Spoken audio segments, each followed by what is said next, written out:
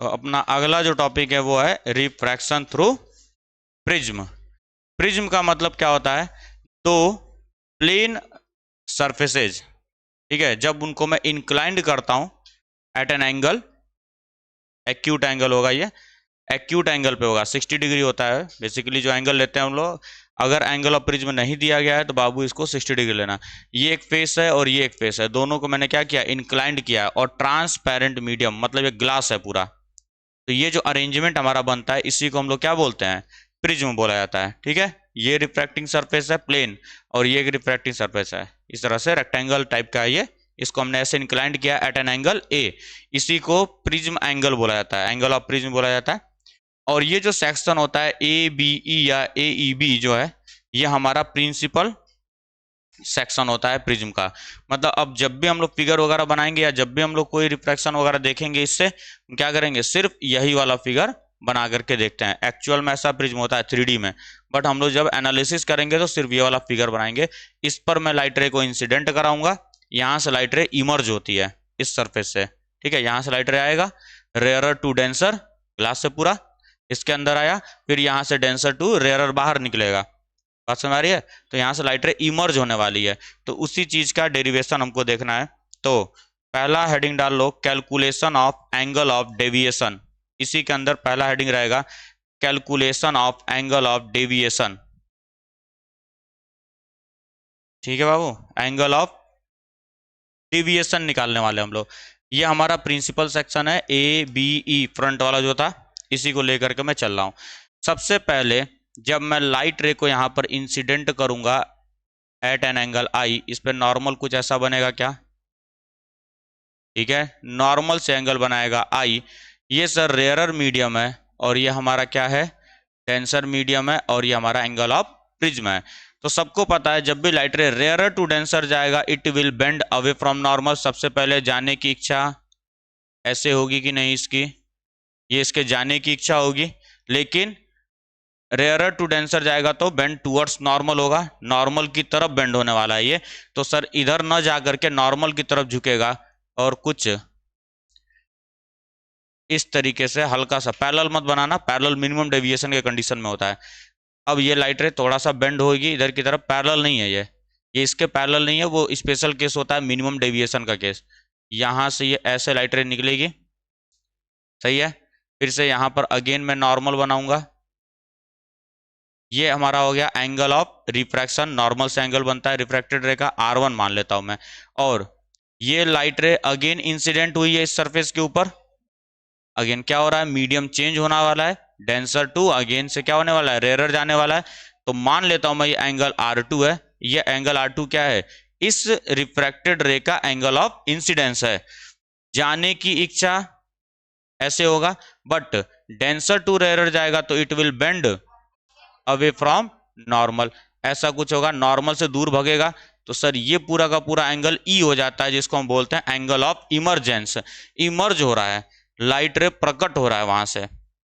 ठीक है बाबू, जब इसको तुम बैक ट्रेस करोगे तो ध्यान से अगर तुम देख रहे होगे क्या इतना डेविएशन हुआ है कि नहीं। लाइट रे इंसिडेंट इस तरीके से कराया गया लेकिन निकला इधर से है, तो ये डेविएशन हुआ है कि नहीं। डेविएशन का मतलब क्या होता है, अपने रास्ते से भटक जाना।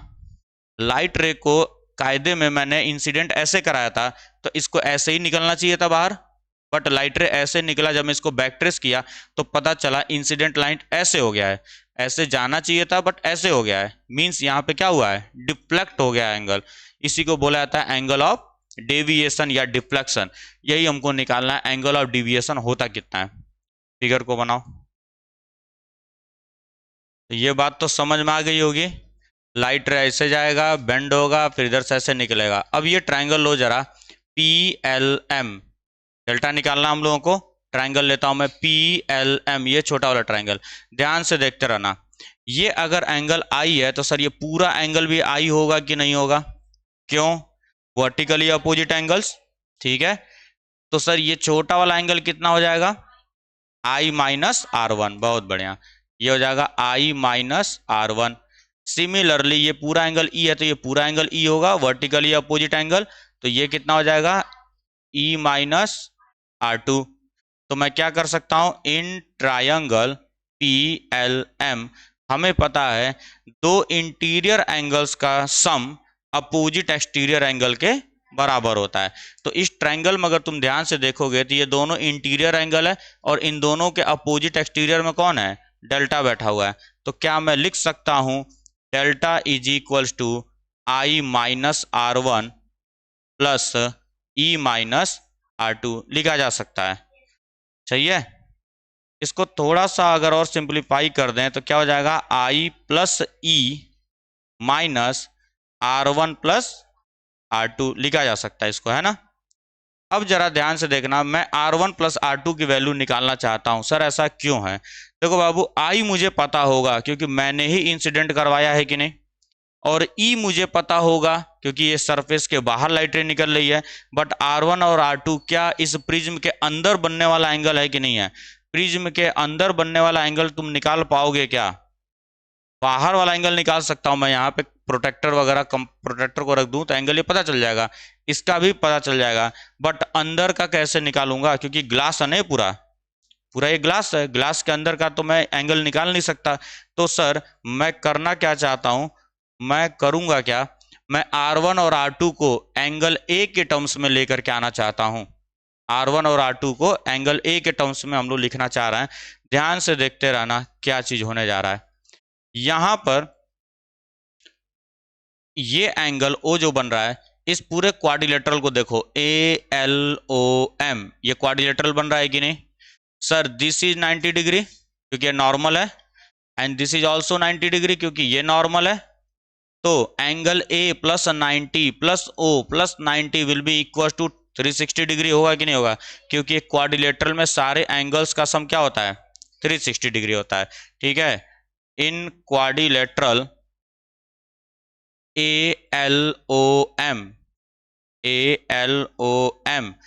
एंगल A प्लस 90 डिग्री, या पूरा लिख देता हूं मैं, चलो पहले एंगल ALO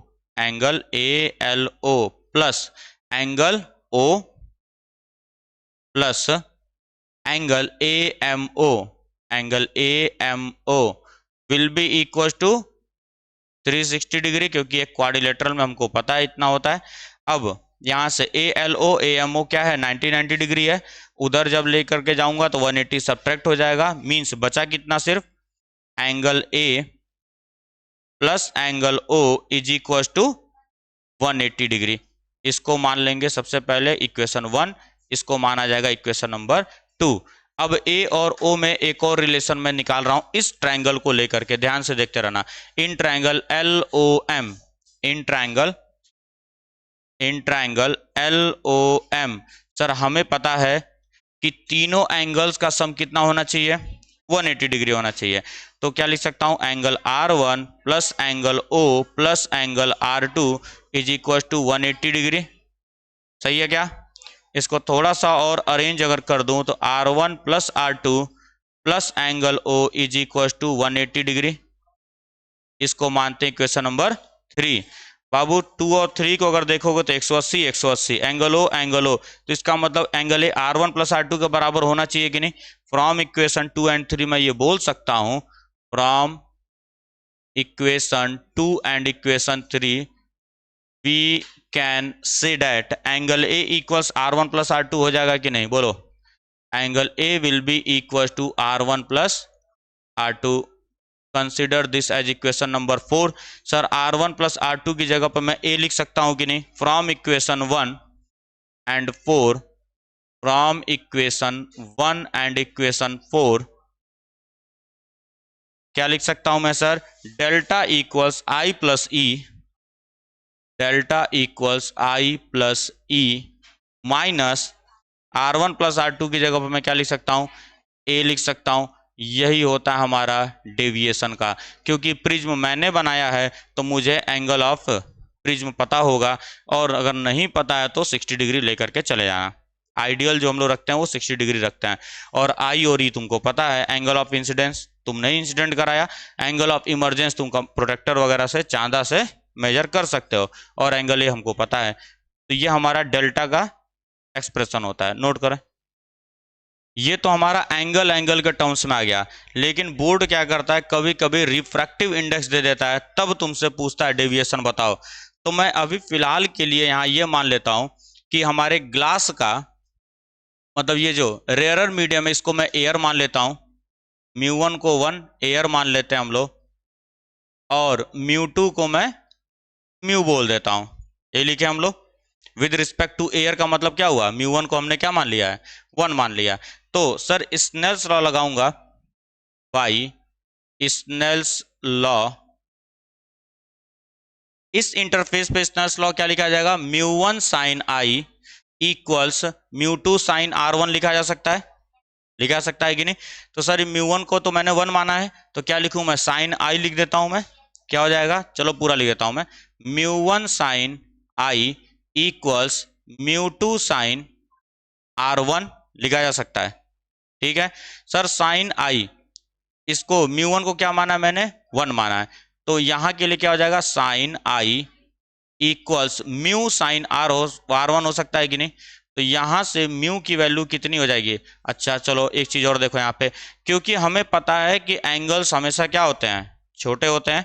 ठीक है, since I and r1 are very small, ठीक है, आर स्मॉल, तो मैं क्या लिख सकता हूं, I इक्वल्स म्यू r1 लिख सकता हूं कि नहीं, बोलो, I इक्वल्स म्यू r1 लिख सकता हूं ना, साइन आई को I लिख सकते हैं, साइन r1 को r1 लिख सकता है। अरे पढ़े हैं यार कितनी बार, साइन थीटा थीटा हो जाता है, टेन थीटा थीटा हो जाता है, कॉस थीटा 1 हो जाता है। तो ये हो गया सिमिलरली, दोबारा करने की आवश्यकता नहीं है, सिमिलरली यहां पर देखो क्या होगा, μ2 साइन r2, साइड में करके बता रहा हूं, μ2 sine r2 is equal to μ1 sine e हो सकता है कि नहीं।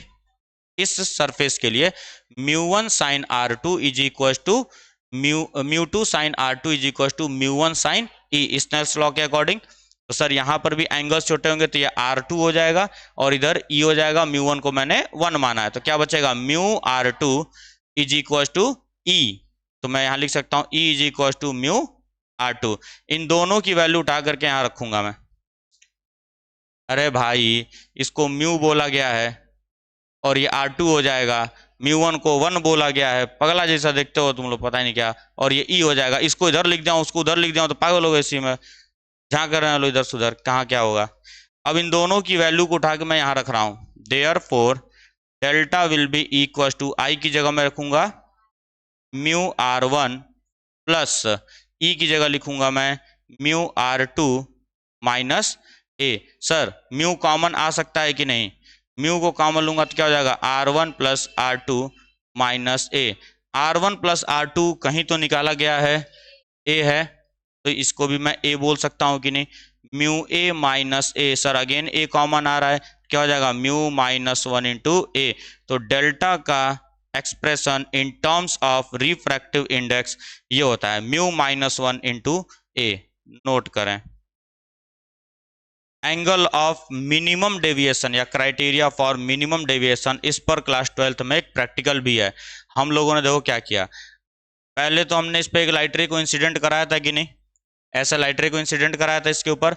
अब मैं क्या करता हूं, एंगल ऑफ इंसिडेंस को बढ़ाता चला, सही है, एंगल ऑफ इंसिडेंस को मैं बढ़ाता जा रहा था, तो ये ग्राफ प्लॉट हुआ था सबसे पहले ये ग्राफ प्लॉट हुआ। जब तुम एक्सपेरिमेंट करोगे तो क्या करेंगे, प्रिज्म से हम लोग लाइट के एंगल को क्या करते रहते हैं, चेंज करते रहते हैं, जो भी लेजर बीम से तुम लाइट को इंसिडेंट कराओगे ऑन दिस सरफेस, हम लाइट के एंगल ऑफ इंसिडेंस को चेंज कराते रहेंगे, और उसी के अकॉर्डिंग एंगल ऑफ डेविएशन जो इधर से इमर्ज होगा लाइट रे, उसके लाइट एंगल भी क्या होगा, चेंज होगा। तो एक समय ऐसा आएगा जब मिनिमम एंगल बनता है, जैसे जैसे जीरो से लेकर के एंगल ऑफ इंसिडेंस को बढ़ाते जाओगे, एंगल ऑफ डेविएशन कम होता जाएगा, कम होता जाएगा, कम होता जाएगा, एक समय ऐसा आएगा जब मिनिमम होगा, फिर अगेन क्या होगा, एंगल ऑफ डेविएशन बढ़ना स्टार्ट करेगा। तो जिस पॉइंट पर डेविएशन का एंगल कम आता है उसी को, उस पर हमने क्या देखा था, एंगल ऑफ इंसिडेंस और एंगल ऑफ इमर्जेंस दोनों आपस में क्या हो चुके थे, बराबर हो चुके थे। ये तुम एक्सपेरिमेंट करोगे, सही है। तो क्या हुआ था कंडीशन, और उस समय पे angle of incidence angle of emergence के बराबर हुआ था, और साथ में रिफ्रैक्शन का जो एंगल था r1 r2 ये दोनों भी आपस में क्या हो जाते हैं, बराबर हो गए थे। एक्सपेरिमेंटली ये चीज देखा गया था, मतलब मैंने जब लाइट रे को यहाँ से इंसिडेंट कराया तो ये लाइट रे क्या होगा, पैरेलल टू दिस सरफेस जाने वाला है और यहां से इमर्ज होगा वो इस तरीके से कुछ, ठीक है। तो इसको याद रखने का सबसे आसान तरीका है, रिफ्रैक्टेड रे जो है पैरेलल टू बेस हो जाता है प्रिज्म के। यहां से इसको मैं बैक ट्रेस करूंगा तो ये क्या होगा, डेविएशन का एंगल हो गया। और यहाँ पे ये जो नॉर्मल है हमारा, ये हमारा बनाएगा एंगल आई, ये एंगल R1 था। और सिमिलरली यहाँ पे जो होगा हमारा एंगल R2 हो जाएगा और ये हमारा एंगल हो गया इमरजेंस वाला एंगल। बात समझ आ गई। तो मिनिमम डेविएशन के क्राइटेरिया पर आई ई के बराबर हो जाता है और R1 R2 के बराबर हो जाता है। फिगर ड्रॉ करो फटाक से। At minimum deviation condition, at minimum deviation, अब बोर्ड बाबू इसका डेरिवेशन भी पूछता है। मिनिमम डेविएशन कंडीशन आई बराबर हो जाएगा ई के and R1 will be equal to R2। R1 R2 के बराबर हो जाता है और आई ई के बराबर हो जाता है, ठीक है। हमने क्या पढ़ा था, since angle A is equal to पढ़ा गया था R1 प्लस R2 पढ़ा गया था कि नहीं। तो यहां से मैं क्या बोल सकता हूं, R1 रख सकता हूं।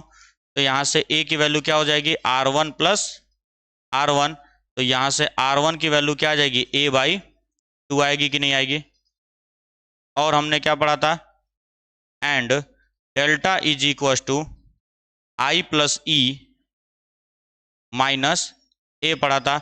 आई और ई भी आपस में बराबर हो जाते हैं, ठीक है। तो यहाँ पे डेल्टा मिन लिख सकता हूं मैं और यहाँ क्या लिखूंगा, आई प्लस आई माइनस ए।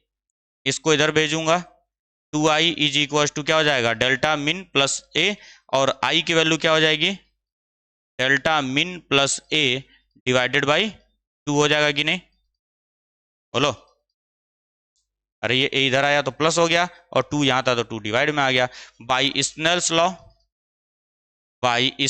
लॉ प्रिज्म फॉर्मूला निकाल रहे हैं हम लोग। बाई स्नेल्स लॉ इस इंटरफेस पर मैं क्या लिख सकता हूं, सपोज करो ये अगेन एयर है और ये रिफ्रैक्टिव इंडेक्स इसका म्यू माना है ग्लास का। तो क्या लिख सकता हूं मैं, sign I μ1 sign I equals μ2 sign R1 लिख सकता हूं कि नहीं, मैं लिख सकता हूं ना। μ1 को क्या माना गया है, 1 एयर माना गया है। तो मैं लिख सकता हूं sign I equals mu sign R1 लिख सकता हूं। तो यहां से म्यू की वैल्यू क्या आ जाएगी, साइन आई अपॉन में साइन R1, वैल्यूज को पुट करो, म्यू इक्वल साइन आई का मतलब कितना है, डेल्टा मिन प्लस a/2, ठीक है। फॉर्मूला याद रखना, जब लैब मैनुअल लिख रहे होगे तो ये फॉर्मूला आएगा, डेल्टा मिन प्लस a/2 अपॉन में साइन R1 का मतलब क्या है, a/2, sign a/2, sign a/2।